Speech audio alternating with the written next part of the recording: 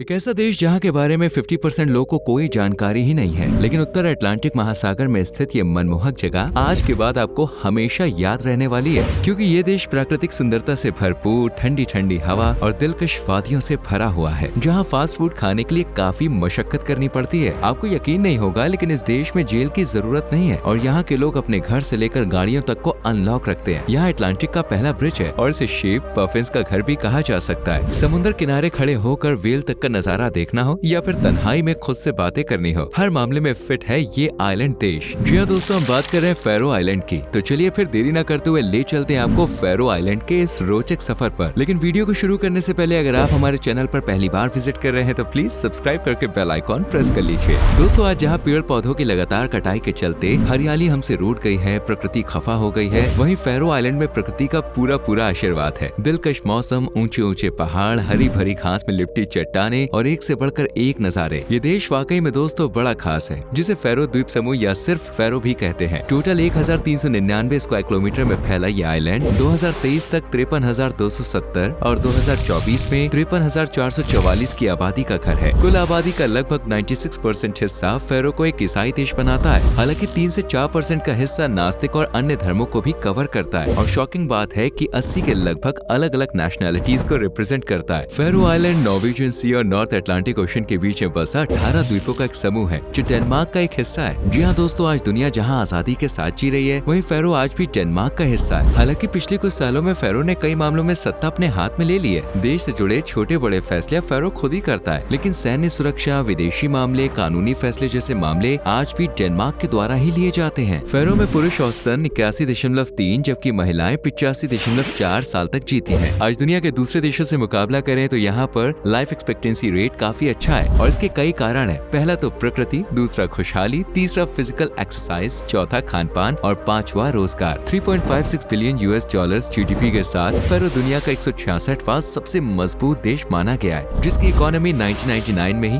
1.13 billion US$ तक बढ़ी थी, जबकि मौजूदा समय में हर साल देश की GDP उछाल मार रही है। देश की GDP मेनली फिशिंग इंडस्ट्री, भेड़ पालन, टूरिज्म और एक्सपोर्ट पर टिकी है। सबसे ज्यादा यहाँ सपोर्ट करती है फिशिंग इंडस्ट्री और एक्सपोर्ट, जो मिलकर देश को GDP का 90% तक देते हैं। यहाँ रहने वाला हर व्यक्ति प्रति वर्ष $66,979 तक की कमाई करता है। अब पैसा है तो भाई खुशियाँ और सुख शांति होना तो लाजमी है। फैरो को दुनिया के सबसे सुखी, शांति और सुकून से भरे देशों में से एक माना जाता है, जहाँ प्रति स्क्वायर किलोमीटर पर 38 से 39 लोग ही देखने को मिलते हैं। आपको यकीन नहीं होगा, लेकिन फैरो को अपना आकार वोल्केनिक एक्टिविटीज और हिमयुग के ग्लेशियर से मिला है। यहाँ मौजूद 18 में से 17 द्वीप में पूरी तरह से इंसान बसे हुए हैं और पक्की सड़कों, सुरंग, पुल, नौका लाइन से अच्छी तरह से जुड़े हुए हैं। वहीं बात करें एक अकेले द्वीप की जो बसा हुआ नहीं है, तो वो है लितला डिमन, जो लोगों की चहल पहल से दूर वीरान है और प्रकृति के अजूबों का घर है। इसलिए ये घूमने के लिए एक बढ़िया ऑप्शन हो सकता है। अगर आप बारिश की शौकीन है तो लाइफ में एक बार तो फैरो आइलैंड की सैर बनती है, क्योंकि यहाँ पर साल में 300 दिन बारिश होती है। अब इतनी बारिश है तो भाई घर भी टपकते ही होंगे। अब अगर आप यही सोच रहे हैं तो ऐसा नहीं है जनाब। फैरो में घरों और लोगों को टर्फ की छतें बचाती है। ये असल में घास वाली छतें होती है, जो आपको सिर्फ और सिर्फ फैरो आइलैंड्स में ही नजर आएंगी। यूँ तो फैरो का ज्यादातर हिस्सा ग्रीन एरिया से ढका हुआ है, लेकिन आपको जान के हैरानी होगी कि पूरे आइलैंड पर एक भी पेड़ ऐसा नहीं है जो इस आइलैंड का हो। यानी यहाँ पर एक भी देसी पेड़ नहीं है। सारे अलास्का, दक्षिण अमेरिका जैसी जगहों से लाए गए हैं और इसका कारण है आंधी तूफान। दरअसल फैरो में बार बार आंधी तूफान आता है और तेज हवाएं भी चलती है, जिस वजह से बड़े पेड़ उखड़ जाते हैं। इसलिए यहाँ पर देसी तो क्या, बड़े बड़े विदेशी पेड़ भी जिंदा रह नहीं पाते। लेकिन हाँ, छोटे पेड़, बगान, पार्क और घास फूस की कमी नहीं है यहाँ पे।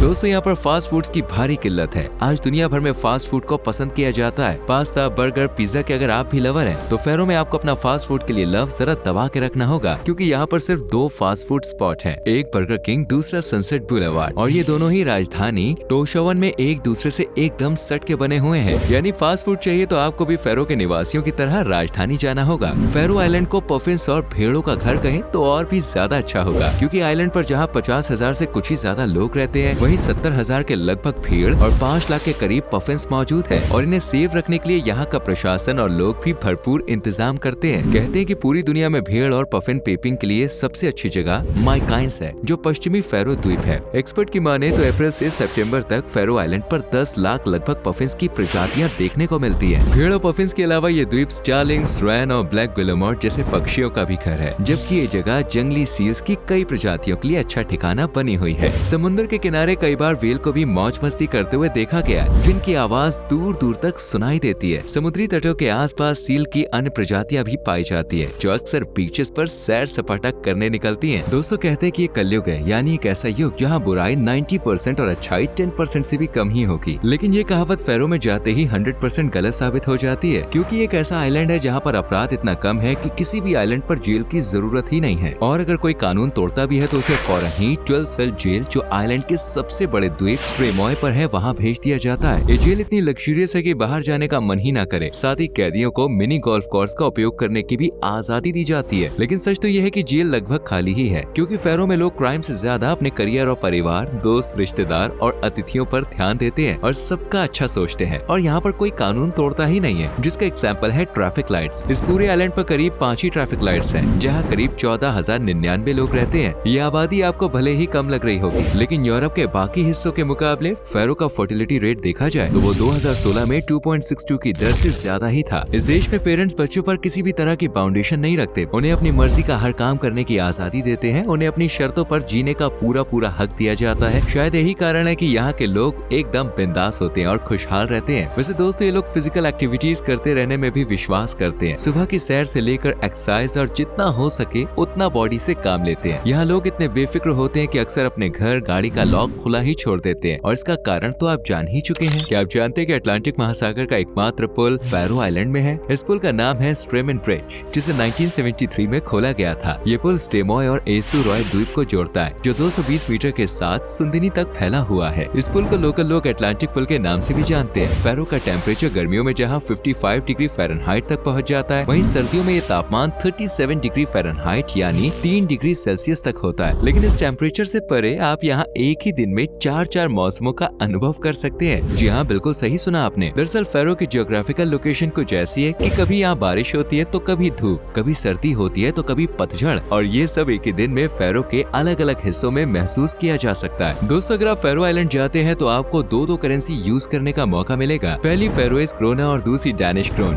जबकि फैरोइज सरकार अपने खुद के नोट छापती है, वहीं डैनिश को सिक्कों के रूप में यूज किया जाता है, और डैनिश नोट पूरे देश में फैरोइज नोटों की तरह भी चलते हैं। मतलब अगर आप दोनों में से कोई भी करेंसी लेकर निकलते हैं तो काम बन जाएगा। देश की आधिकारिक भाषा है फैरोइज, जो 1937 में मुख्य भाषा बन गई। दरअसल 1937 तक फैरो के स्कूल और चर्चों में सिर्फ डैनिश भाषा का यूज किया जाता था, जबकि बाकी काम में फैरोइज चलती थी। ऐसे में चर्च या स्कूल में अगर फैरोजी भाषा से जुड़ा कोई काम करना होता है तो उसके लिए सरकार से परमिशन लेनी पड़ती है। इस वजह से लोगों को समस्याएं आने लगी, क्योंकि उनकी जुबानी भाषा फैरोजी ही थी। इसलिए साल 1937 के बाद फैरो के स्कूल और चर्चों में डैनिश के साथ साथ फैरोइज को भी लागू कर दिया गया, और इसके बाद 1948 में फैरोइज यहाँ की मुख्य भाषा बन गई। हालांकि आज के समय में यहाँ इंग्लिश भाषा का ज्यादातर यूज किया जाता है, खासकर युवाओं के द्वारा। फैरो में दोस्तों ज्यादातर आइलैंड को जोड़ने का काम समुद्र के नीचे बनी सुरंगें करती है। हालांकि कार फेरी भी कई द्वीपों को जोड़ती है। आज के समय में भी देश की ज्यादातर बिजली का इंतजाम विंड एनर्जी जैसे सोर्सेज से किया जाता है। दोस्तों, लैम्ब और हवा में सुखाई गई मछली फैरो में सबसे ज्यादा पसंद की जाती है, और घर, रेस्टोरेंट, कैफे, होटल, हर जगह मेन्यू में ये डिशेस आपको जरूर मिल जाएंगी। शायद यही हेल्दी खाना है जो यहाँ के लोग की औसत उम्र को बढ़ाता है। फैरो में कई फेस्टिवल्स भी सेलिब्रेट किए जाते हैं, जैसे सुमार तुनार, जो हर साल गर्मियों के मौसम में मनाया जाता है, और इस त्योहार का हिस्सा बनने के लिए बड़ी संख्या में यूरोपियंस यहाँ पहुँचते हैं। इसके अलावा जी फेस्टिवल, जिसे हर साल जुलाई के लगभग मनाया जाता है, ये काफी धूमधाम से बड़े लेवल पर सेलिब्रेट किया जाता है। इसके बाद अगस्त के महीने में समर फेस्टिव ल्यूरिन भी धूमधाम से फैरो में देखने को मिलता है। बात अगर घूमने की करें तो दोस्तों, फैरो में कई आकर्षक टूरिस्ट डेस्टिनेशन है, जो दूर दूर से लोगों को अपनी ओर आकर्षित करते हैं, जैसे गोजुगव natural harbour, Kalakkur Kallur lighthouse और भी बहुत कुछ। यहाँ पर आप पहाड़ों के उबड़ खाबड़ रास्तों पर चढ़ने का मजा ले सकते हैं। एक आइलैंड से दूसरे आइलैंड पर पहुँचने के लिए बोटिंग का सहारा ले सकते हैं। पार्टनर के साथ मस्त मौसम में नाव की सवारी कर सकते हैं। अगर शांति से बैठना चाहते हैं तो मस्त अकेले बैठ सकते हैं, चर्च जा सकते हैं, लजीज खाना खा सकते हैं, और साथ ही कई एक्टिविटीज कर सकते हैं, जिन्हें करने के बाद आपका मन भी बस यही कहेगा,